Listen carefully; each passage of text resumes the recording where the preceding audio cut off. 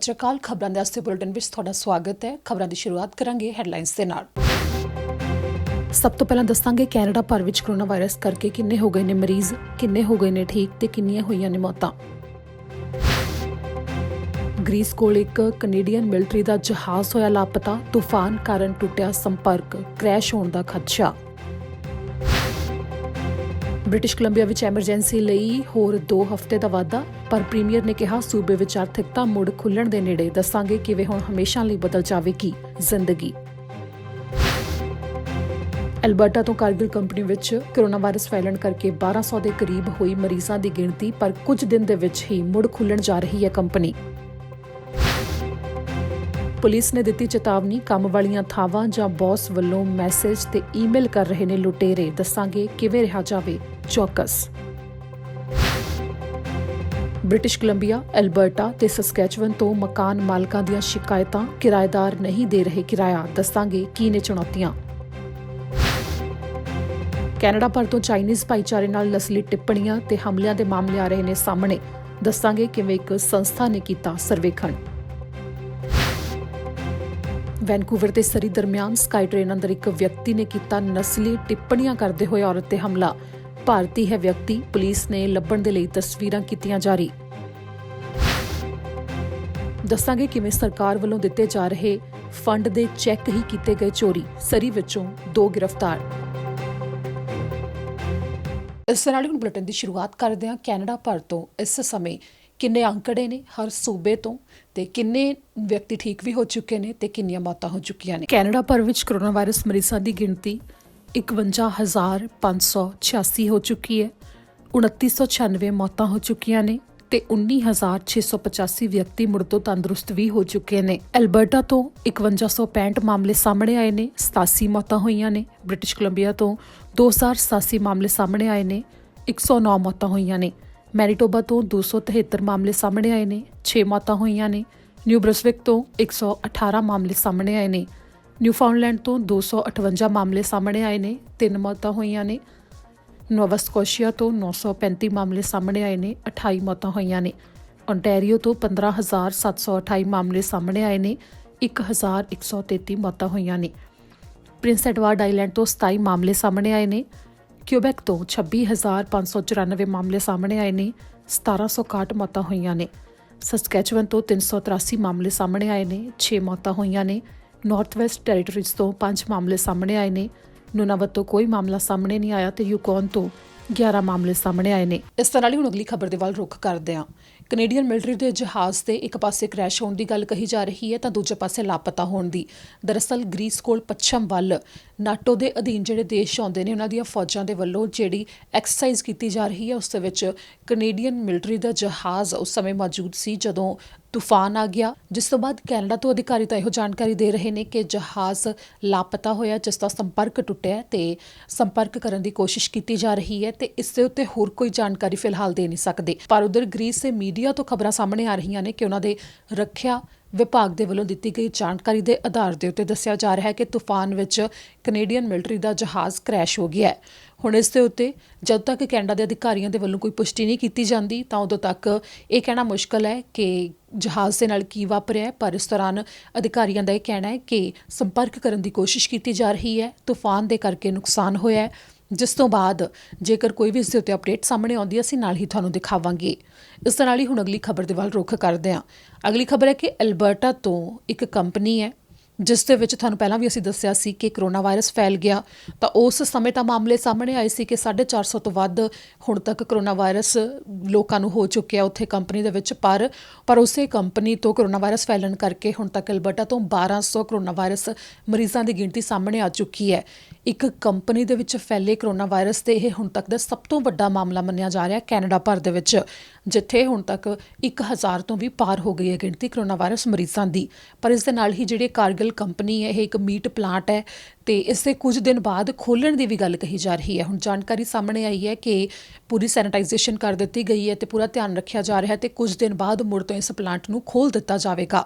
ਇੱਥੇ ਜ਼ਿਕਰਯੋਗ ਹੈ ਕਿ ਜਿੱਥੇ ਇੱਕ ਪਾਸੇ ਕੰਪਨੀ ਵਿੱਚ ਕਰੋਨਾ ਵਾਇਰਸ ਫੈਲਣ ਕਰਕੇ ਕਈ ਕਾਮੇ ਨੇ ਜਿਹੜੇ ਉਹ ਕਰੋਨਾ ਵਾਇਰਸ ਦੇ ਮਰੀਜ਼ ਹੋ ਗਏ, ਅੱਗੇ ਉਹਨਾਂ ਕਾਮਿਆਂ ਦੇ ਸੰਪਰਕ ਵਿੱਚ ਜਿਹੜੇ ਵਿਅਕਤੀ ਆਏ ਉਹ ਵੀ ਇਸ ਦੇ ਮਰੀਜ਼ ਹੋ ਗਏ, ਪਰ ਇਸ ਦੇ ਨਾਲ ਹੀ ਜੋ ਇਸ ਕੰਪਨੀ ਦੇ ਵਿੱਚ ਕਰੋਨਾ ਵਾਇਰਸ ਦੀ ਮਰੀਜ਼ ਹੋਈ, ਇੱਕ ਔਰਤ ਦੀ ਮੌਤ ਵੀ ਹੋਈ ਹੈ ਤੇ ਉਸ ਔਰਤ ਦਾ ਪਤੀ ਵੀ ਕਾਫੀ ਗੰਭੀਰ ਹਾਲਤ ਵਿੱਚ ਹੈ, ਜੋ ਕਿ ਹਸਪਤਾਲ ਦੇ ਵਿੱਚ ਭਰਤੀ ਹੈ ਤੇ ਉਸ ਨੂੰ ਵੀ ਕਰੋਨਾ ਵਾਇਰਸ ਹੋ ਗਿਆ।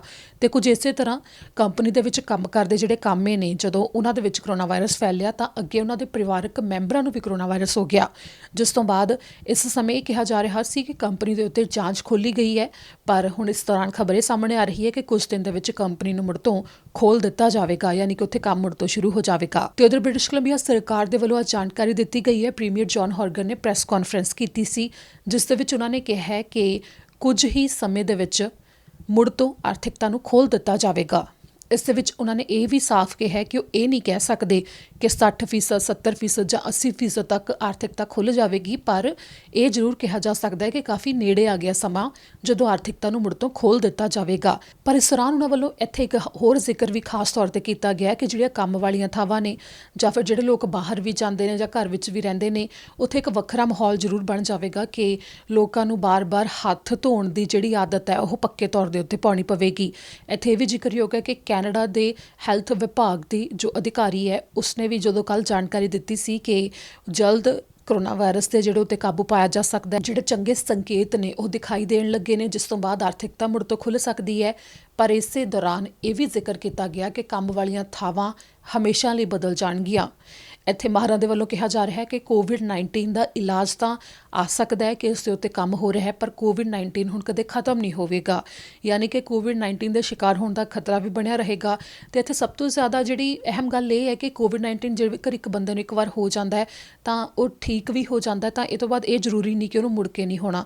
ਬਹੁਤ ਸਾਰੇ ਅਜਿਹੇ ਮਾਮਲੇ ਸਾਹਮਣੇ ਆਏ ਨੇ ਜਿਹਦੇ ਵਿੱਚ ਮਰੀਜ਼ ਪੂਰੀ ਤਰ੍ਹਾਂ ਠੀਕ ਹੋ ਗਏ, ਪਰ ਫਿਰ ਤੋਂ ਉਹਨਾਂ ਨੂੰ ਕੋਵਿਡ-19 ਹੋਣ ਦਾ ਜੋ ਪੋਜ਼ੀਟਿਵ ਪਾਇਆ ਗਿਆ ਤੇ ਇਸ ਸੰਬੰਧੀ ਵੀ ਚਿੰਤਾ ਦਾ ਪ੍ਰਗਟਾਵਾ ਕੀਤਾ ਜਾ ਰਿਹਾ ਹੈ। ਪਰ ਇਸੇ ਕਰਕੇ ਇਹ ਵੀ ਕਿਹਾ ਜਾ ਰਿਹਾ ਹੈ ਕਿ ਜਿੰਨੀਆਂ ਵੀ ਕੰਮ ਵਾਲੀਆਂ ਥਾਵਾਂ ਨੇ ਤੇ ਜਿੰਨਾ ਵੀ ਆਲੇ ਦੁਆਲੇ ਵਰਕ ਕਲਚਰ ਹੈ, ਉਸ ਦੇ ਵਿੱਚ ਇੱਕ ਦੂਜੇ ਤੋਂ ਬਹੁਤਾ ਨੇੜੇ ਨਾ ਆਉਣਾ ਤੇ ਬਾਰ-ਬਾਰ ਹੱਥ ਧੋਣਾ ਤੇ ਸੈਨੀਟਾਈਜੇਸ਼ਨ ਕਰਨੀ, ਇਸ ਦੀ ਆਦਤ ਨੂੰ ਸਭ ਨੂੰ ਅਪਣਾ ਲੈਣਾ ਪਵੇਗਾ, ਕਿਉਂਕਿ ਸਾਰਿਆਂ ਦੀ ਜ਼ਿੰਦਗੀ ਦੇ ਵਿੱਚ ਇੱਕ ਵੱਡਾ ਬਦਲਾਅ ਆ ਜਾਵੇਗਾ ਜਦੋਂ ਕੋਵਿਡ-19 ਦੇ ਕਾਰਨ ਜੋ ਇਸ ਸਮੇਂ ਹਾਲਾਤ ਬਣੇ ਹੋਏ ਨੇ, ਉਸ ਤੋਂ ਬਾਅਦ ਜੇਕਰ ਆਮ ਵਰਗੀ ਜ਼ਿੰਦਗੀ ਹੋ ਵੀ ਜਾਂਦੀ ਹੈ ਤਾਂ ਉਹ ਹਮੇਸ਼ਾ ਦੇ ਲਈ ਬਦਲ ਕੇ ਰਹਿ ਜਾਵੇਗੀ। ਉਹ ਕਦੀ ਵੀ ਪਹਿਲਾਂ ਵਰਗੀ ਜ਼ਿੰਦਗੀ ਨਹੀਂ ਹੋਵੇਗੀ, ਜਿਸ ਦੇ ਵਿੱਚ ਸਭ ਇੱਕ ਦੂਜੇ ਦੇ ਨੇੜੇ ਵੀ ਹੁੰਦੇ ਨੇ ਤੇ ਕੰਮ ਵਾਲੀਆਂ ਥਾਵਾਂ ਦੇ ਉੱਤੇ ਵੀ ਇਕੱਠੇ ਖਾਣਾ ਵੀ ਖਾਂਦੇ ਨੇ ਤੇ ਬਿਨਾਂ ਕਿਸੇ ਪਰਵਾਹ ਤੋਂ, ਜਿਵੇਂ ਸਟਰੀਟ ਫੂਡ, ਹੋਰ ਬਹੁਤ ਸਾਰੀਆਂ ਚੀਜ਼ਾਂ ਨੇ ਜਿਹਦੇ ਵਿੱਚ ਬੇਪਰਵਾਹੀ ਕੀਤੀ ਜਾਂਦੀ ਸੀ, ਪਰ ਉਹ ਲਾਪਰਵਾਹੀ ਹੈ ਜਿਹੜੀ ਉਹ ਹੁਣ ਨਹੀਂ ਕੀਤੀ ਜਾਵੇਗੀ। ਖਾਸ ਤੌਰ ਦੇ ਉੱਤੇ ਸਫਾਈ ਦਾ ਤੇ ਕਿਸੇ ਵੀ ਕੀਟਾਣੂ ਦੇ ਸ਼ਿਕਾਰ ਨਾ ਹੋਣ ਦਾ ਮਨਾਂ ਵਿੱਚ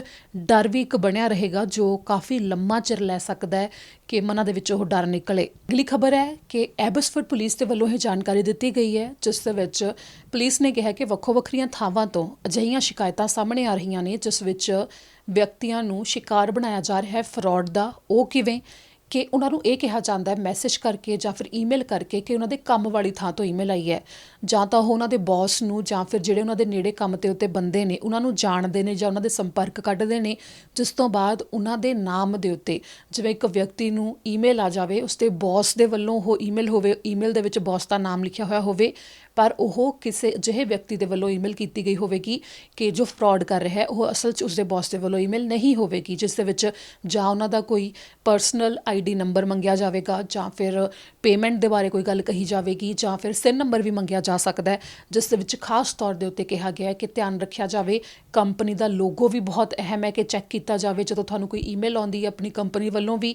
ਜੇਕਰ ਤੁਹਾਨੂੰ ਕੰਪਨੀ ਦੇ ਨਾਮ ਦੇ ਉੱਤੇ ਜਾਂ ਬੌਸ ਦੇ ਨਾਮ ਦੇ ਉੱਤੇ ਕੋਈ ਟੈਕਸਟ ਮੈਸੇਜ ਕਿਸੇ ਨੰਬਰ ਤੋਂ ਜਾਂ ਫਿਰ ਈਮੇਲ ਆਉਂਦੀ ਹੈ ਤਾਂ ਤੁਰੰਤ ਉਸ ਨੂੰ ਜਾਣਕਾਰੀ ਦੇਣ ਦੀ ਬਜਾਏ ਦੁਬਾਰਾ ਉਸ ਦੇ ਉੱਤੇ ਜ਼ਰੂਰ ਦੇਖਿਆ ਜਾਵੇ ਕਿ ਕੀ ਉਹ ਅਸਲ ਦੇ ਵਿੱਚ ਤੁਹਾਨੂੰ ਤੁਹਾਡੇ ਬੌਸ ਦੇ ਵੱਲੋਂ ਹੀ ਭੇਜੀ ਗਈ ਹੈ, ਅਸਲ 'ਚ ਕੰਪਨੀ ਵੱਲੋਂ ਹੀ ਭੇਜੀ ਗਈ ਹੈ, ਜਿਸ ਦੇ ਵਿੱਚ ਤੁਹਾਡੇ ਕੋਈ ਪਰਸਨਲ ਨੰਬਰ ਮੰਗਿਆ ਜਾ ਰਿਹਾ ਹੋਵੇ, ਜਾਂ ਫਿਰ ਕ੍ਰੈਡਿਟ ਕਾਰਡ ਦੀ ਇਨਫੋਰਮੇਸ਼ਨ ਮੰਗੀ ਜਾ ਰਹੀ ਹੋਵੇ, ਜਾਂ ਫਿਰ ਪੈਸੇ ਹੀ ਕਿਉਂ ਨਾ ਮੰਗੇ ਜਾ ਰਹੇ ਹੋਣ, ਜਿਸ ਦੇ ਵਿੱਚ ਖਾਸ ਤੌਰ ਦੇ ਉੱਤੇ ਧਿਆਨ ਰੱਖਣ ਦੇ ਵਾਸਤੇ ਪੁਲਿਸ ਦੇ ਵੱਲੋਂ ਕਿਹਾ ਗਿਆ ਤੇ ਲੋਕਾਂ ਨੂੰ ਕਿਹਾ ਗਿਆ ਕਿ ਜਿੰਨਾ ਜ਼ਿਆਦਾ ਹੋ ਸਕਦਾ ਇਸ ਗੱਲ ਨੂੰ ਤੁਸੀਂ ਆਪਣੇ ਆਲੇ ਦੁਆਲੇ ਜ਼ਰੂਰ ਸਾਂਝਾ ਕਰੋ, ਕਿ ਜ਼ਰੂਰੀ ਨਹੀਂ ਹੈ ਕਿ ਜਿਹੜੀ ਕੰਮ ਵਾਲੀ ਥਾਂ ਤੋਂ ਤੁਹਾਨੂੰ ਕੋਈ ਈਮੇਲ ਆਵੇ, ਕੰਮ ਵਾਲੀ ਥਾਂ ਦੇ ਨਾਮ ਦੇ ਉੱਤੇ ਤੁਹਾਨੂੰ ਈਮੇਲ ਆਵੇ ਤੇ ਉਸ ਵਿੱਚ ਤੁਹਾਡਾ ਕੋਈ ਪਰਸਨਲ ਨੰਬਰ ਮੰਗਿਆ ਜਾਵੇ, ਜਾਂ ਫਿਰ ਉਸ ਦਾ ਨੰਬਰ ਹੋਵੇ ਜਾਂ ਕੋਈ ਹੋਰ ਆਈਡੀ ਕਾਰਡ ਦਾ ਨੰਬਰ ਹੋਵੇ, ਉਸ ਅਸਲ ਹੋਵੇ, ਤਾਂ ਕਰਕੇ ਉਸ ਦੇ ਉੱਤੇ ਜ਼ਰੂਰ ਇੱਕ ਵਾਰ ਦੁਬਾਰਾ ਦੇਖਿਆ ਜਾਵੇ ਕਿ ਕੀ ਉਹ ਤੁਹਾਡੀ ਕੰਪਨੀ ਵੱਲੋਂ ਹੀ ਹੈ ਜਾਂ ਨਹੀਂ। ਅਗਲੀ ਖਬਰ ਹੈ ਕਿ ਵੱਖੋ ਵੱਖਰੇ ਸੂਬਿਆਂ ਵਿੱਚ ਇਸ ਸਮੇਂ ਮਕਾਨ ਮਾਲਕਾਂ ਦੇ ਲਈ ਕਾਫੀ ਵੱਡੀ ਚੁਣੌਤੀ ਬਣੀ ਹੋਈ ਹੈ। ਸਰਵੇਖਣ ਵੀ ਕੀਤੇ ਗਏ ਨੇ, ਜਿਸ ਤੋਂ ਸਾਹਮਣੇ ਆਇਆ ਕਿ ਕਈ ਫੀਸਦ ਕਿਰਾਏਦਾਰ ਨੇ ਜਿਨ੍ਹਾਂ ਨੇ ਕਿਰਾਏ ਨਹੀਂ ਦਿੱਤੇ, ਜਿਸ ਤੋਂ ਬਾਅਦ ਮਕਾਨ ਮਾਲਕ ਕਾਫੀ ਵੱਡੀ ਦਿੱਕਤ ਦਾ ਸਾਹਮਣਾ ਕਰ ਰਹੇ ਨੇ। ਕੋਵਿਡ-19 ਕਰਕੇ ਆਰਥਿਕ ਸਥਿਤੀ ਜਿੱਥੇ ਇੱਕ ਪਾਸੇ ਮਾੜੀ ਹੋ ਰਹੀ ਹੈ ਤਾਂ ਦੂਜੇ ਪਾਸੇ ਮਕਾਨ ਮਾਲਕਾਂ ਦੇ ਵਾਸਤੇ ਇਸ ਸਮੇਂ ਕਾਫੀ ਜ਼ਿਆਦਾ ਦਿੱਕਤ ਹੋਈ ਪਈ ਹੈ, ਕਿਉਂਕਿ ਇੱਕ ਰਿਪੋਰਟ ਸਾਹਮਣੇ ਆਈ ਹੈ ਜਿਸ ਦੇ ਵਿੱਚ ਦੱਸਿਆ ਗਿਆ ਹੈ ਕਿ ਜਦੋਂ ਤੋਂ ਕੋਵਿਡ-19 ਦੇ ਕਰਕੇ ਲੋਕਾਂ ਨੂੰ ਜੋ ਕਿਰਾਏ ਦੇ ਉੱਤੇ ਰਹਿ ਰਹੇ ਨੇ ਘਰੋਂ ਬਾਹਰ ਕੱਢਣਾ ਬੈਨ ਕਰ ਦਿੱਤਾ ਗਿਆ ਹੈ ਕਿ ਉਹਨਾਂ ਨੂੰ ਇਵਿਕਸ਼ਨ ਨੋਟਿਸ ਨਹੀਂ ਦਿੱਤਾ ਜਾ ਸਕਦਾ, ਉਦੋਂ ਤੋਂ ਬ੍ਰਿਟਿਸ਼ ਕੋਲੰਬੀਆ ਦੇ ਵਿੱਚ 1 ਅਪ੍ਰੈਲ ਤੋਂ 45% ਵਿਅਕਤੀਆਂ ਨੇ ਕਿਰਾਇਆ ਨਹੀਂ ਦਿੱਤਾ। ਐਲਬਰਟਾ ਵਿੱਚ 30% ਕਿਰਾਏਦਾਰਾਂ ਨੇ ਕਿਰਾਇਆ ਨਹੀਂ ਦਿੱਤਾ ਤੇ ਸਸਕੈਚਵਨ ਵਿੱਚ 27% ਕਿਰਾਏਦਾਰਾਂ ਨੇ ਕਿਰਾਇਆ ਨਹੀਂ ਦਿੱਤਾ ਤੇ 1 ਅਪ੍ਰੈਲ ਤੋਂ ਕਿਰਾਇਆ ਨਾ ਮਿਲਣ ਕਰਕੇ ਪੂਰਾ ਮਹੀਨਾ ਤੇ ਅੱਗੇ ਮਈ ਦੇ ਵਿੱਚ ਵੀ ਅਜਿਹਾ ਹੀ ਜਾਪ ਰਿਹਾ ਹੈ ਕਿ ਉਹ ਕਿਰਾਇਆ ਨਹੀਂ ਦੇ ਸਕਣਗੇ। ਜਿਹੜੇ ਮਕਾਨ ਮਾਲਕ ਨੇ ਜੋ ਸਿਰਫ ਕਿਰਾਏ ਦੇ ਉੱਤੇ ਹੀ ਨਿਰਭਰ ਕਰਦੇ ਨੇ, ਉਹਨਾਂ ਵਾਸਤੇ ਵੱਡੀ ਦਿੱਕਤ ਤਾਂ ਮੰਨਿਆ ਹੀ ਜਾ ਰਿਹਾ ਹੈ ਤੇ ਨਾਲ ਹੀ ਉਹਨਾਂ ਵੱਲੋਂ ਇਹ ਮੰਗ ਕੀਤੀ ਜਾ ਰਹੀ ਹੈ ਕਿ ਜਿਹੜੇ ਸੂਬਾ ਸਰਕਾਰ ਵੱਲੋਂ ਮਦਦ ਦੇ ਵਾਸਤੇ ਐਲਾਨ ਕੀਤੇ ਗਏ ਨੇ ਉਸ ਦੇ ਵਿੱਚ ਜੋ ਹਦਾਇਤਾਂ ਲਾਈਆਂ ਗਈਆਂ ਨੇ ਉਸ ਵਿੱਚ ਢਿੱਲ ਦਿੱਤੀ ਜਾਵੇ, ਕਿਉਂਕਿ ਬਹੁਤ ਸਾਰੇ ਅਜਿਹੇ ਕਿਰਾਏਦਾਰ ਨੇ ਜੋ ਉਸ ਮਦਦ ਨੂੰ ਨਹੀਂ ਲੈ ਸਕਦੇ ਕਿਉਂਕਿ ਉਹ ਸ਼ਰਤਾਂ ਨਹੀਂ ਪੂਰੀਆਂ ਕਰ ਪਾ ਰਹੇ, ਜਿਸ ਦੇ ਕਰਕੇ ਮਕਾਨ ਮਾਲਕਾਂ ਨੂੰ ਦਿੱਕਤ ਦਾ ਸਾਹਮਣਾ ਕਰਨਾ ਪੈ ਰਿਹਾ ਹੈ। ਤੇ ਦੂਜੇ ਪਾਸੇ ਵੀ ਕਿਹਾ ਜਾ ਰਿਹਾ ਹੈ ਜਿਵੇਂ ਕਿ ਬ੍ਰਿਟਿਸ਼ ਕੋਲੰਬੀਆ ਦੇ ਵਿੱਚ ਜੋ ਕਿਰਾਏਦਾਰਾਂ ਦੇ ਵਾਸਤੇ ਮਕਾਨ ਮਾਲਕਾਂ ਨੂੰ ਮਦਦ ਦਿੱਤੀ ਜਾ ਰਹੀ ਹੈ ਉਹ ਬਹੁਤ ਘੱਟ ਹੈ ਤੇ ਇਸ ਨੂੰ ਵਧਾਉਣ ਵਾਸਤੇ ਵੀ ਮੰਗ ਕੀਤੀ ਜਾ ਰਹੀ ਹੈ। ਇਸ ਦੌਰਾਨ ਵੱਖੋ ਵੱਖਰੇ ਪਰਿਵਾਰਾਂ ਵੱਲੋਂ ਆਪਣੀਆਂ ਦਿੱਕਤਾਂ ਸਾਂਝੀਆਂ ਕੀਤੀਆਂ ਜਾ ਰਹੀਆਂ ਨੇ ਤੇ ਨਾਲ ਹੀ ਦੱਸਿਆ ਜਾ ਰਿਹਾ ਹੈ ਕਿ ਕਿਵੇਂ ਉਹ ਸਿਰਫ ਕਿਰਾਏ ਦੇ ਉੱਤੇ ਨਿਰਭਰ ਕਰਦੇ ਨੇ ਤੇ ਕਿਰਾਇਆ ਨਾ ਮਿਲਣ ਦੇ ਉੱਤੇ ਉਹਨਾਂ ਦੀ ਇਸ ਸਮੇਂ ਆਰਥਿਕ ਤੌਰ ਦੇ ਉੱਤੇ ਹਾਲਤ ਕਾਫੀ ਖਰਾਬ ਹੋ ਗਈ ਹੈ। ਦੂਜੇ ਪਾਸੇ ਕਿਉਂਕਿ ਉਹਨਾਂ ਵਿੱਚੋਂ ਕਈ ਕੰਮ ਨਹੀਂ ਕਰਦੇ, ਜਿਸ ਕਰਕੇ ਉਹ ਐਮਰਜੈਂਸੀ ਫੰਡ ਦੇ ਵਾਸਤੇ ਵੀ ਐਲੀਜੀਬਲ ਨਹੀਂ ਨੇ, ਜਿਸ ਕਾਰਨ ਨਾ ਉਹਨਾਂ ਨੂੰ ਸਰਕਾਰ ਵੱਲੋਂ ਮਦਦ ਮਿਲ ਰਹੀ ਹੈ, ਨਾ ਕਈਆਂ ਦੇ ਕਿਰਾਏਦਾਰ ਐਲੀਜੀਬਲ ਨੇ ਕਿ ਉਹ ਸਰਕਾਰ ਵੱਲੋਂ ਕਿਰਾਏ 'ਚ ਮਿਲ ਰਹੀ ਮਦਦ ਦੀਆਂ ਸ਼ਰਤਾਂ ਪੂਰੀਆਂ ਕਰ ਸਕਣ ਤੇ ਇਸ ਸਮੇਂ ਉਹ ਕਾਫੀ ਜ਼ਿਆਦਾ ਦਿੱਕਤ ਦਾ ਸਾਹਮਣਾ ਕਰ ਰਹੇ ਨੇ ਤੇ ਪਰੇਸ਼ਾਨ ਵੀ ਨੇ। ਇੱਥੇ ਬਾਰ-ਬਾਰ ਇਹ ਵੀ ਸਰਕਾਰਾਂ ਦੇ ਵੱਲੋਂ ਵੀ ਅਧਿਕਾਰੀਆਂ ਵੱਲੋਂ ਵੀ ਕਿਹਾ ਜਾ ਰਿਹਾ ਹੈ ਕਿ ਜਿੰਨੇ ਵੀ ਕਿਰਾਏਦਾਰ ਨੇ ਜੇਕਰ ਉਹ ਆਪਣਾ ਕਿਰਾਇਆ ਦੇ ਸਕਦੇ ਨੇ ਉਹ ਜ਼ਰੂਰ ਦੇਣ, ਕਿਉਂਕਿ ਇਸ ਸਮੇਂ ਜੋ ਛੋਟ ਦਿੱਤੀ ਜਾ ਰਹੀ ਹੈ ਕਿ ਕਿਸੇ ਨੂੰ ਕੱਢਿਆ ਨਹੀਂ ਜਾ ਸਕਦਾ, ਕਿਰਾਏ ਲਈ ਤੰਗ ਨਹੀਂ ਕੀਤਾ ਜਾ ਸਕਦਾ, ਪਰ ਇਸ ਦਾ ਗਲਤ ਫਾਇਦਾ ਵੀ ਕਈਆਂ ਵੱਲੋਂ ਚੁੱਕਿਆ ਜਾ ਰਿਹਾ ਹੈ। ਉਹ ਅਜਿਹਾ ਨਾ ਕਰਨ। ਇਸ ਦੌਰਾਨ ਮਕਾਨ ਮਾਲਕਾਂ ਨੂੰ ਵੀ, ਕਿਉਂਕਿ ਉਹਨਾਂ ਦੀ ਕਮਾਈ ਦਾ ਵੀ ਸਾਧਨ ਹੁੰਦਾ ਹੈ ਇਹ, ਇੱਥੇ ਬਹੁਤ ਜ਼ਿਆਦਾ ਧਿਆਨ ਰੱਖਿਆ ਜਾਵੇ ਤੇ ਉਹਨਾਂ ਨੂੰ ਕਿਰਾਇਆ ਜ਼ਰੂਰ ਦਿੱਤਾ ਜਾਵੇ ਜੇਕਰ ਤੁਸੀਂ ਦੇ ਸਕਦੇ ਹੋ। ਇਸ ਨਾਲ ਹੀ ਅਗਲੀ ਖਬਰ ਹੈ ਕਿ ਚਾਈਨੀਜ਼ ਭਾਈਚਾਰੇ ਨੂੰ ਕੈਨੇਡਾ ਭਰ ਵਿੱਚ ਜੋ ਵੱਖੋ ਵੱਖਰੇ ਨਸਲੀ ਟਿੱਪਣੀਆਂ ਦਾ ਜਾਂ ਨਸਲੀ ਹਮਲਿਆਂ ਦਾ ਸਾਹਮਣਾ ਕਰਨਾ ਪੈ ਰਿਹਾ ਹੈ ਉਸ ਦੇ ਬਾਰੇ ਸਿਰਫ ਕੈਨੇਡਾ ਹੀ ਨਹੀਂ ਬੇਸ਼ੱਕ ਦੁਨੀਆ ਭਰ ਦੇ ਵਿੱਚ ਸਾਹਮਣਾ ਕਰਨਾ ਪੈ ਰਿਹਾ ਹੈ, ਪਰ ਜੋ ਹੁਣ ਰਿਪੋਰਟਸ ਸਾਹਮਣੇ ਆਈਆਂ ਨੇ ਉਹ ਮੈਂ ਤੁਹਾਨੂੰ ਕੈਨੇਡਾ ਦੇ ਆਧਾਰ ਤੇ ਹੀ ਦੱਸਾਂਗੀ ਕਿਉਂਕਿ ਕੈਨੇਡਾ ਤੋਂ ਸ਼ਿਕਾਇਤਾਂ ਸਾਹਮਣੇ ਆਈਆਂ ਨੇ ਤੇ ਇਸ ਦੌਰਾਨ ਵੱਖੋ ਵੱਖਰੇ ਸ਼ਹਿਰਾਂ ਦੇ ਵੱਲੋਂ ਪੁਲਿਸ ਦੇ ਵੱਲੋਂ ਵੀ ਜਾਣਕਾਰੀ ਦਿੱਤੀ ਜਾ ਰਹੀ ਹੈ ਕਿ ਚਾਈਨੀਜ਼ ਭਾਈਚਾਰੇ ਨੂੰ ਕਿਸ ਤਰ੍ਹਾਂ ਨਸਲੀ ਹਮਲਾ ਤੇ ਨਸਲੀ ਟਿੱਪਣੀਆਂ ਦਾ ਸਾਹਮਣਾ ਕਰਨਾ ਪੈ ਰਿਹਾ ਹੈ।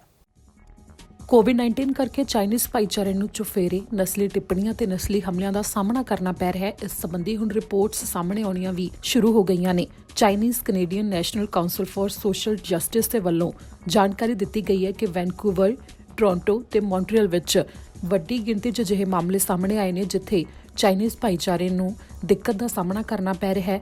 ਕੋਵਿਡ-19 ਦੇ ਕਰਕੇ ਕਈ ਲੋਕ ਤਾਂ ਇਹ ਸਮਝਦੇ ਨੇ ਕਿ ਹਰ ਚਾਈਨੀਜ਼ ਵਿਅਕਤੀ ਨੂੰ ਕੋਵਿਡ-19 ਹੋਇਆ ਹੈ। ਇਸ ਦੌਰਾਨ ਇੱਕ ਸਰਵੇਖਣ 'ਚੋਂ ਰਿਪੋਰਟ ਸਾਹਮਣੇ ਆਈ ਹੈ ਜਿਸ ਵਿੱਚ ਇਹ ਦੱਸਿਆ ਗਿਆ ਹੈ ਕਿ 4% ਵਿਅਕਤੀ ਇਹ ਸਮਝਦੇ ਨੇ ਕਿ ਹਰ ਚਾਈਨੀਜ਼ ਵਿਅਕਤੀ ਨੂੰ ਕੋਵਿਡ-19 ਹੁੰਦਾ ਹੈ ਜੋ ਕਿ ਦੂਜੇ ਵਿਅਕਤੀਆਂ ਦੇ ਵਿੱਚ ਫੈਲ ਸਕਦਾ ਹੈ, ਜਿਸ ਕਰਕੇ ਉਹ ਚਾਈਨੀਜ਼ ਭਾਈਚਾਰੇ ਨਾਲ ਨਸਲੀ ਟਿੱਪਣੀਆਂ ਤੇ ਨਸਲੀ ਹਮਲਿਆਂ ਵਰਗੇ ਮਾਮਲਿਆਂ ਨੂੰ ਅੰਜਾਮ ਵੀ ਦਿੰਦੇ ਨੇ। ਤੇ ਇਸੇ ਦੌਰਾਨ ਇਹ ਸਰਵੇਖਣ 1130 ਵਿਅਕਤੀਆਂ ਦੇ ਉੱਤੇ ਫੋਨ ਦੇ ਰਾਹੀਂ ਕੀਤਾ ਗਿਆ ਸੀ। ਅਪ੍ਰੈਲ 24 ਨੂੰ ਇਸ ਸਰਵੇਖਣ ਦੇ ਕੀਤੇ ਜਾਣ ਦੇ ਬਾਰੇ ਜਾਣਕਾਰੀ ਦਿੱਤੀ ਗਈ ਹੈ, ਜਿਸ ਦੇ ਵਿੱਚ ਇਹ ਦੱਸਿਆ ਗਿਆ ਹੈ ਕਿ 5 ਵਿੱਚੋਂ 1 ਵਿਅਕਤੀ ਇਹ ਸਮਝਦਾ ਹੈ ਕਿ ਉਹ ਚਾਈਨੀਜ਼ ਵਿਅਕਤੀ ਦੇ ਨਾਲ ਕਿਸੇ ਵੀ ਪਬਲਿਕ ਥਾਂ ਦੇ ਉੱਤੇ ਨਹੀਂ ਬੈਠੇਗਾ, ਜਿਸ ਨੂੰ ਕਿ ਨਸਲੀ ਟਿੱਪਣੀ ਜਾਂ ਨਸਲੀ ਹਮਲੇ ਦਾ ਹਿੱਸਾ ਹੀ ਮੰਨਿਆ ਜਾ ਰਿਹਾ ਹੈ। ਤੇ ਇਸ ਦੌਰਾਨ ਇਹ ਵੀ ਦੱਸਿਆ ਗਿਆ ਕਿ ਵੈਨਕੂਵਰ ਪੁਲਿਸ ਡਿਪਾਰਟਮੈਂਟ ਨੇ ਜਾਣਕਾਰੀ ਦਿੱਤੀ ਸੀ ਕਿ ਸਿਰਫ ਮਾਰਚ ਮਹੀਨੇ ਵਿੱਚ ਹੀ ਉਹਨਾਂ ਨੂੰ 11 ਨਸਲੀ ਹਮਲਿਆਂ ਦੀਆਂ ਸ਼ਿਕਾਇਤਾਂ ਮਿਲੀਆਂ ਨੇ, ਜਿਨ੍ਹਾਂ ਵਿੱਚ ਅੱਧ ਤੋਂ ਜ਼ਿਆਦਾ ਚਾਈਨੀਜ਼ ਭਾਈਚਾਰੇ ਨਾਲ ਸੰਬੰਧਿਤ ਨੇ। ਸਿਰਫ ਇੰਨਾ ਹੀ ਨਹੀਂ, ਇੱਕ ਔਰਤ ਜਿਸ ਤੇ ਕਿ ਘੱਟ ਗਿਣਤੀ ਭਾਈਚਾਰੇ ਦੇ ਹੋਣ ਦੀ ਗੱਲ ਪੁਲਿਸ ਦੇ ਵੱਲੋਂ ਕਹੀ ਗਈ ਹੈ। ਇਹ ਨਹੀਂ ਦੱਸਿਆ ਗਿਆ ਕਿ ਉਹ ਚਾਈਨੀਜ਼ ਸੀ ਜਾਂ ਹੋਰ, ਪਰ ਉਸ ਨੂੰ ਕੋਵਿਡ-19 ਦੇ ਸੰਬੰਧੀ ਬਿਮਾਰ ਹੋਣ ਸੰਬੰਧੀ ਨਸਲੀ ਟਿੱਪਣੀ ਕਰਦੇ ਹੋਏ ਇਸ ਦੌਰਾਨ ਹਮਲਾ ਉਸ ਦੇ ਉੱਤੇ ਕੀਤਾ ਗਿਆ ਹੈ। ਸਕਾਈ ਟ੍ਰੇਨ ਦੇ ਵਿੱਚ ਵਾਟਰਫਰੰਟ ਸਟੇਸ਼ਨ ਤੋਂ ਚੜ੍ਹੀ ਸੀ, ਜਿਸ ਦੇ ਵਿੱਚ ਬਰਾੜ ਸਟੇਸ਼ਨ ਦੇ ਉੱਤੇ ਉਸ 'ਤੇ ਹਮਲਾ ਕੀਤਾ ਗਿਆ ਤੇ ਫਿਰ ਜਿਸ ਵਿਅਕਤੀ ਨੇ ਹਮਲਾ ਕੀਤਾ ਉਹ ਸਰੀ ਵਿੱਚ ਕਿੰਗ ਜਾਰਜ ਸਟੇਸ਼ਨ ਦੇ ਉੱਤੇ ਉਤਰਿਆ ਤੇ ਉਸ ਦੀ ਤਸਵੀਰ ਵੀ ਪੁਲਿਸ ਨੇ ਜਾਰੀ ਕੀਤੀ ਹੈ ਤੇ ਉਸ ਦੇ ਸਾਊਥ ਏਸ਼ੀਅਨ ਹੋਣ ਦਾ ਦਾਅਵਾ ਵੀ ਕੀਤਾ ਗਿਆ ਹੈ। ਮੈਟਰੋ ਵੈਨਕੂਵਰ ਟ੍ਰਾਂਜ਼ਿਟ ਪੁਲਿਸ ਇੱਕ ਵਿਅਕਤੀ ਦੀ ਭਾਲ ਕਰ ਰਹੀ ਹੈ। ਦਰਅਸਲ ਅਪ੍ਰੈਲ 25 ਨੂੰ ਵਾਟਰਫਰੰਟ ਸਟੇਸ਼ਨ ਦੇ ਉੱਤੇ ਸਕਾਈ ਟ੍ਰੇਨ ਵਿੱਚ ਇੱਕ ਔਰਤ ਦੇ ਉੱਤੇ ਇਸ ਵਿਅਕਤੀ ਨੇ ਹਮਲਾ ਕੀਤਾ। ਦਰਅਸਲ ਔਰਤ ਵੱਲ ਇਹ ਵਿਅਕਤੀ ਦੇਖ ਰਿਹਾ ਸੀ, ਜਿਸ ਤੋਂ ਬਾਅਦ ਔਰਤ ਨੇ ਉਸ ਨੂੰ ਪੁੱਛਿਆ ਕਿ ਉਸ ਨੂੰ ਕਿਉਂ ਦੇਖ ਰਿਹਾ ਹੈ ਤਾਂ ਇਸ ਵਿਅਕਤੀ ਨੇ ਕਿਹਾ ਤੁਹਾਡੇ ਲੋਕਾਂ ਕਰਕੇ ਮੇਰੀ ਧੀ ਬਿਮਾਰ ਹੈ, ਜਿਸ ਤੋਂ ਬਾਅਦ ਇਸ ਵਿਅਕਤੀ ਨੇ ਉਸ ਦੇ ਉੱਤੇ ਹਮਲਾ ਕਰ ਦਿੱਤਾ। ਔਰਤ ਦੇ ਮੂੰਹ ਦੇ ਉੱਤੇ ਕਈ ਮੁੱਕੇ ਮਾਰੇ ਗਏ ਤੇ ਨਾਲ ਹੀ ਸਕਾਈ ਟ੍ਰੇਨ ਤੋਂ ਬਾਹਰ ਧੱਕਾ ਦੇ ਦਿੱਤਾ ਗਿਆ ਜਦੋਂ ਸਕਾਈ ਟ੍ਰੇਨ ਦੇ ਡੋਰ ਖੁੱਲੇ ਸਨ ਬਰਾੜ ਸਟੇਸ਼ਨ ਦੇ ਉੱਤੇ, ਜਿਸ ਤੋਂ ਬਾਅਦ ਔਰਤ ਦਾ ਸੈੱਲਫੋਨ ਵੀ ਉਸਨੇ ਫੜ ਕੇ ਕੰਧ ਨਾਲ ਮਾਰਿਆ। ਉਸ ਔਰਤ ਦੀ ਹਾਲਤ ਕਾਫੀ ਖਰਾਬ ਹੋ ਗਈ ਸੀ, ਜਿਸ ਦੇ ਨੱਕ ਵਿੱਚੋਂ ਵੀ ਖੂਨ ਆ ਰਿਹਾ ਸੀ ਤੇ ਅੱਖ ਦੇ ਉੱਤੇ ਵੀ ਚੀਰਾ ਆ ਗਿਆ, ਜਿਸ ਤੋਂ ਬਾਅਦ ਇਹ ਵਿਅਕਤੀ king George sky train station ਦੇ ਉੱਤੇ ਉਤਰ ਗਿਆ। ਇਸ ਦੇ ਸਾਊਥ ਏਸ਼ੀਅਨ ਹੋਣ ਦਾ ਦਾਅਵਾ ਪੁਲਿਸ ਦੇ ਵੱਲੋਂ ਕੀਤਾ ਗਿਆ ਹੈ ਤੇ ਦੱਸਿਆ ਗਿਆ ਹੈ ਕਿ 40 ਤੋਂ 50 ਸਾਲ ਦੀ ਇਸ ਦੀ ਉਮਰ ਹੈ, 5 ਫੁੱਟ ਤੇ 5 ਇੰਚ ਦੇ ਕਰੀਬ ਇਸ ਦਾ ਕੱਦ ਹੈ। ਜੇਕਰ ਕੋਈ ਵੀ ਵਿਅਕਤੀ ਇਸ ਵਿਅਕਤੀ ਨੂੰ ਜਾਣਦਾ ਹੋਵੇ ਤਾਂ ਪੁਲਿਸ ਦੇ ਨਾਲ 604 516 7419 ਤੇ ਸਿੱਧਾ ਸੰਪਰਕ ਕੀਤਾ ਜਾ ਸਕਦਾ ਹੈ। ਅਗਲੀ ਖਬਰ ਹੈ ਕਿ ਸਰੀ ਆਰਸੀਐਮਪੀ ਨੇ ਜਾਣਕਾਰੀ ਦਿੱਤੀ ਹੈ ਕਿ ਉਹਨਾਂ ਨੇ 2 ਵਿਅਕਤੀਆਂ ਨੂੰ ਗ੍ਰਿਫਤਾਰ ਕੀਤਾ ਜਿਨ੍ਹਾਂ ਦੇ ਕੋਲੋਂ ਕਈ ਚੈੱਕ ਬਰਾਮਦ ਹੋਏ ਨੇ। $33,000 ਦੇ ਚੈੱਕ ਨੇ, ਜਿਸ ਦੇ ਬਾਰੇ ਪਹਿਲਾਂ ਤਾਂ ਜਾਣਕਾਰੀ ਦਿੱਤੀ ਗਈ ਸੀ ਕਿ ਇਹ ਜੋ ਚੈੱਕ ਨੇ ਉਹ $2,000 ਦੇ ਨੇ। CERB ਜੋ ਕੈਨੇਡਾ ਦੇ ਵੱਲੋਂ ਐਮਰਜੈਂਸੀ ਫੰਡ ਦਿੱਤਾ ਜਾ ਰਿਹਾ ਹੈ ਉਸ ਦੇ ਨੇ, ਪਰ ਕੁਝ ਦੇਰ ਬਾਅਦ ਪੁਲਿਸ ਦੇ ਵੱਲੋਂ ਇਹ ਜਾਣਕਾਰੀ ਵੀ ਦਿੱਤੀ ਗਈ ਕਿ ਸਿਰਫ ਐਮਰਜੈਂਸੀ ਫੰਡ ਹੀ ਨਹੀਂ ਸਗੋਂ GST ਜਾਂ ਫਿਰ ਜੋ ਟੈਕਸ ਮੁੜਦਾ ਹੈ ਲੋਕਾਂ ਨੂੰ, ਉਸ ਟੈਕਸ ਨਾਲ ਸੰਬੰਧਿਤ ਕਾਫੀ ਚੀਜ਼ਾਂ ਦੇ ਹੋਰ ਇਹ ਚੈੱਕ ਨੇ ਜੋ ਕਿ ਚੋਰੀ ਕੀਤੇ ਗਏ ਨੇ। ਤੇ ਇਸ ਦੌਰਾਨ ਪੁਲਿਸ ਦੇ ਵੱਲੋਂ ਜਾਣਕਾਰੀ ਦਿੱਤੀ ਗਈ ਕਿ ਉਹ ਇੱਕ ਸ਼ੱਕੀ ਵਾਹਨ ਦਾ ਪਿੱਛਾ ਕਰ ਰਹੇ ਸਨ। ਉਹ ਅਜਿਹਾ ਵਾਹਨ ਸੀ ਜਿਸ ਦੀ ਲਾਇਸੈਂਸ ਪਲੇਟ ਜਾਲੀ ਸੀ ਤੇ ਉਸ ਤੋਂ ਬਾਅਦ ਜਦੋਂ ਵਾਹਨ ਨੂੰ ਰੋਕਣ ਦੀ ਕੋਸ਼ਿਸ਼ ਕੀਤੀ ਗਈ ਤਾਂ ਇੱਕ ਘਰ ਦੇ ਕੋਲ ਡਰਾਈਵਰ ਦੇ ਆ ਕੇ ਉਸ ਵਾਹਨ ਨੂੰ ਡਰਾਈਵਰ ਨੇ ਰੋਕਿਆ ਤੇ ਗੱਡੀ 'ਚੋਂ ਉਤਰ ਕੇ ਡਰਾਈਵਰ ਨੇ ਭੱਜ ਕੇ ਫਰਾਰ ਹੋਣ ਦੀ ਕੋਸ਼ਿਸ਼ ਕੀਤੀ। ਵਾਹਨ ਦੇ ਵਿੱਚ ਇੱਕ ਔਰਤ ਮੌਜੂਦ ਸੀ ਜਿਸ ਨੂੰ ਗ੍ਰਿਫਤਾਰ ਕਰ ਲਿਆ ਗਿਆ ਤੇ ਫਿਰ ਉਸ 30 ਸਾਲਾ ਡਰਾਈਵਰ ਨੂੰ ਵੀ ਪੁਲਿਸ ਨੇ ਬਾਅਦ ਵਿੱਚ ਗ੍ਰਿਫਤਾਰ ਕਰ ਲਿਆ। ਤੇ ਇਸ ਦੌਰਾਨ ਨਾ ਸਿਰਫ ਉਹਨਾਂ ਦੇ ਕੋਲੋਂ ਚੈੱਕ ਮਿਲੇ ਨੇ ਸਗੋਂ ਕਈ ਜਾਲੀ ID ਕਾਰਡ ਵੀ ਮਿਲੇ ਨੇ। ਇਸ ਦੌਰਾਨ ਪੁਲਿਸ ਨੇ ਕਿਹਾ ਕਿ ਮੁੜ ਤੋਂ ਜੋ ਇਸ ਸੰਬੰਧੀ ਕਾਰਵਾਈ ਹੈ ਉਹ ਹੋਵੇਗੀ ਤੇ ਜਾਂਚ ਕੀਤੀ ਜਾ ਰਹੀ ਹੈ। ਹਜੇ ਉਹਨਾਂ ਦੇ ਉੱਤੇ ਕੋਈ ਵੀ ਮਾਮਲਾ ਦਰਜ ਨਹੀਂ ਹੋਇਆ, ਪਰ ਇੱਥੇ ਕੈਨੇਡਾ ਪੋਸਟ ਵੱਲੋਂ ਵੀ ਬਾਰ-ਬਾਰ ਕਿਹਾ ਜਾ ਰਿਹਾ ਹੈ ਕਿ ਜਿਹੜੇ ਮੇਲ ਬਾਕਸ ਨੇ ਉਹ ਹਰ ਰੋਜ਼ ਜ਼ਰੂਰ ਚੈੱਕ ਕੀਤੇ ਜਾਣ। ਮੇਲ ਬਾਕਸ ਦੇ ਵਿੱਚ ਜਿਹੜੀਆਂ ਚਿੱਠੀਆਂ ਆ ਰਹੀਆਂ ਨੇ ਉਹਨਾਂ ਦੇ ਚੋਰੀ ਹੋਣ ਦੇ ਮਾਮਲੇ ਕਾਫੀ ਸਾਹਮਣੇ ਆ ਰਹੇ ਨੇ ਤੇ ਚਿੱਠੀਆਂ ਦਰਮਿਆਨ ਹੀ ਇਹ ਚੈੱਕ ਵੀ ਆਉਂਦੇ ਨੇ ਮੇਲ ਦੇ ਜ਼ਰੀਏ ਤੇ ਉਸ ਦੇ ਵਿੱਚੋਂ ਮੰਨਿਆ ਜਾ ਰਿਹਾ ਹੈ ਕਿ ਚੋਰੀ ਕੀਤੇ ਗਏ ਨੇ ਤੇ ਕਈ ID ਕਾਰਡ ਵੀ ਮਿਲੇ ਨੇ ਪਰ ਉਹ ਜਾਲੀ ਨੇ। ਤੇ ਇਸ ਦੌਰਾਨ ਕਾਫੀ ਹੋਰ ਖੁਲਾਸਾ ਇਸ ਦੇ ਉੱਤੇ ਹੋ ਸਕਦਾ ਇਸ ਦੇ ਵਿੱਚ ਹੋਰ ਵਿਅਕਤੀ ਵੀ ਸ਼ਾਮਲ ਹੋਣ, ਪਰ ਪੁਲਿਸ ਦੇ ਵੱਲੋਂ ਫਿਲਹਾਲ ਇਹੋ ਜਾਣਕਾਰੀ ਦਿੱਤੀ ਗਈ ਹੈ ਕਿ ਜਾਂਚ ਇਸ ਦੇ ਉੱਤੇ ਹੋਰ ਜ਼ਿਆਦਾ ਚੱਲ ਰਹੀ ਹੈ। ਇਹ ਖਬਰ ਹੈ ਕਿ ਪ੍ਰਧਾਨ ਮੰਤਰੀ ਜਸਟਿਨ ਟਰੂਡੋ ਨੇ ਜੋ $9 ਬਿਲੀਅਨ ਕੈਨੇਡੀਅਨ ਵਿਦਿਆਰਥੀਆਂ ਦੇ ਵਾਸਤੇ ਮਦਦ ਦੇਣ ਦਾ ਐਲਾਨ ਕੀਤਾ ਸੀ, ਉਸ ਸੰਬੰਧੀ ਅੱਜ ਪਾਰਲੀਮੈਂਟ 'ਚ ਬਿੱਲ ਪੇਸ਼ ਕੀਤਾ ਗਿਆ। ਇਸ ਮਦਦ ਦੇ ਬਾਰੇ ਜਾਣਕਾਰੀ ਦਿੱਤੀ ਗਈ ਹੈ ਕਿ 1 ਮਈ ਤੋਂ ਲੈ ਕੇ ਅਗਸਤ ਤੱਕ ਇਹ ਮਦਦ ਦਿੱਤੀ ਜਾਵੇਗੀ, ਜਿਸ ਦੇ ਵਿੱਚ ਵਿਦਿਆਰਥੀਆਂ ਨੂੰ $1,700 ਤੱਕ ਦੀ ਮਦਦ ਮਿਲੇਗੀ ਜੋ $1,250 ਤੋਂ ਸ਼ੁਰੂ ਹੋਵੇਗੀ। ਉਹ ਵਿਦਿਆਰਥੀ ਜਾਂ ਉਹ ਡਿਸੇਬਲ ਨੇ ਜਾਂ ਫਿਰ ਉਹਨਾਂ ਨੂੰ ਆਪਣੇ ਪਰਿਵਾਰ ਵਿੱਚ ਕਿਸੇ ਵਿਅਕਤੀ ਦੀ ਦੇਖਭਾਲ ਕਰਨੀ ਪੈ ਰਹੀ ਹੈ ਤੇ ਉਹ ਕੰਮ ਨਹੀਂ ਕਰ ਪਾ ਰਹੇ, ਉਹਨਾਂ ਸਾਰਿਆਂ ਨੂੰ ਵਿੱਤੀ ਤੌਰ ਦੇ ਉੱਤੇ ਕੈਨੇਡਾ ਸਰਕਾਰ ਵੱਲੋਂ ਮਦਦ ਦਿੱਤੀ ਜਾ ਰਹੀ ਹੈ, ਜਿਸ ਦੇ ਵਿੱਚ ਉਹ ਕੰਮ ਨਹੀਂ ਕਰ ਪਾ ਰਹੇ। ਜਿਸ ਕਰਕੇ ਪ੍ਰਧਾਨ ਮੰਤਰੀ ਜਸਟਿਨ ਟਰੂਡੋ ਨੇ ਕਿਹਾ ਕਿ ਜਿਨ੍ਹਾਂ ਦੇ ਹੁਣ ਤੱਕ ਪ੍ਰੀਖਿਆ ਵੀ ਨਹੀਂ ਹੋਈ ਤੇ ਉਹ ਪਰੇਸ਼ਾਨ ਨੇ ਕਿ ਹੁਣ ਤੱਕ ਮਈ ਦੇ ਵਿੱਚ ਉਹਨਾਂ ਦੀ ਪ੍ਰੀਖਿਆ ਹੋ ਜਾਣੀ ਸੀ, ਤਾਂ ਉਹਨਾਂ ਸਭ ਨੂੰ ਹੌਸਲਾ ਰੱਖਣ ਵਾਸਤੇ ਕਿਹਾ ਤੇ ਪ੍ਰਧਾਨ ਮੰਤਰੀ ਨੇ ਖਾਸ ਤੌਰ ਤੇ ਕਿਹਾ ਕਿ ਵਿਦਿਆਰਥੀਆਂ ਦੀ ਜੋ ਇਸ ਸਮੇਂ ਮਾਨਸਿਕ ਸਥਿਤੀ ਹੈ ਉਹ ਸਮਝ ਸਕਦੇ ਨੇ, ਜਿਸ ਦੇ ਲਈ ਮਦਦ ਵਾਸਤੇ ਉਹ ਹਰ ਸੰਭਵ ਕਦਮ ਵੀ ਚੁੱਕ ਰਹੇ ਨੇ। If you can't find a job this summer but want to contribute in the fight against COVID-19, we're going to make sure you have support too. Students helping in the fight against COVID-19 this summer will soon be eligible for $1,000 to $5,000 through the new Canada Student Service Grant for volunteer hours. We're also going to be providing specific support for First Nations, Inuit and Métis Nation students. For graduate students and those conducting research, we're going to extend scholarships, fellowships and grants so your work can continue. And we're doubling student grants for low and middle income students for 2020-2021. Taken together, our government has a $9 billion plan to help students and recent grads get through the next few months. Since we introduced this plan, we've been working with the opposition parties on legislation that will get this help to young people as quickly as possible. I'll be heading to Parliament shortly, where we will introduce a bill to put the Canada Emergency Student Benefit in place. The pandemic has been hard on everyone, and that's why our government is stepping up to support you. To help parents who've got their hands full these days, our government will be boosting the CCB payment in May. And to help lower-income Canadians, we supplemented the GST credit. I also want to remind everyone that this year, if you owe income tax, you have until August to make your payment. Yesterday, Minister Hajdu and Dr. Tam provided an update on our latest modelling. And the good news is that Canadians are stepping up to keep each other safe. In fact, in many parts of the country, the curve has flattened, so we have to keep it up.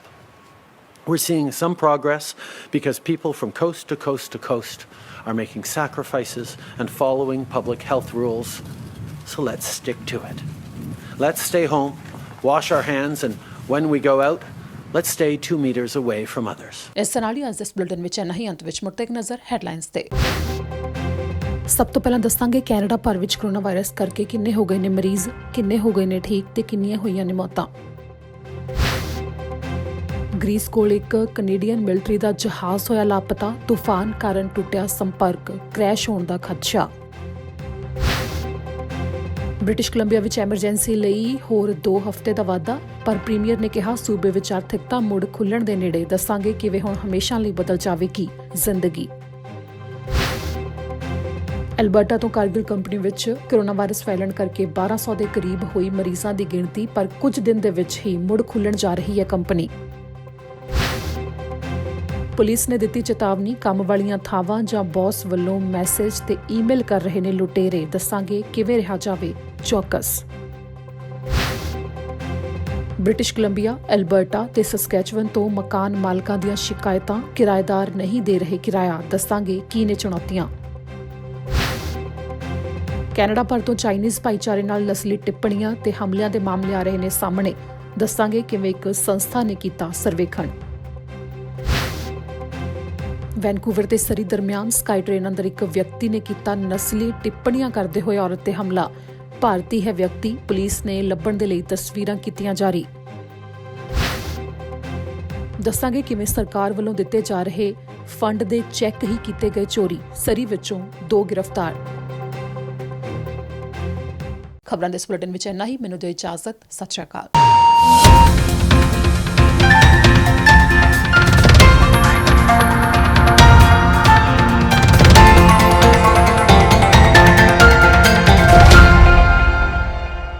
ਸਤਿ ਸ਼੍ਰੀ ਅਕਾਲ ਜੀ, ਮੈਂ ਨਿਰਮਲ ਮਾਨ ਪੂਰਾ TET settlement ਤੋਂ। ਇਹ ਤੁਸੀਂ video ਦੇਖ ਰਹੇ ਸੀ TV Punjab ਦੇ ਉੱਤੇ। ਇਹੋ ਜਿਹੇ ਹੋਰ ਜਾਣਕਾਰੀ ਭਰਪੂਰ ਵੀਡੀਓ ਦੇਖਣ ਵਾਸਤੇ ਟੀਵੀ ਪੰਜਾਬ ਦੇ ਚੈਨਲ ਨੂੰ ਸਬਸਕ੍ਰਾਈਬ ਕਰੋ ਤੇ ਨਾਲ ਹੇਠ ਦਿੱਤੇ ਹੋਏ ਬੈਲ ਆਈਕਨ ਦੇ ਬਟਨ ਦਬਾਓ। ਸਤਿ ਸ਼੍ਰੀ ਅਕਾਲ।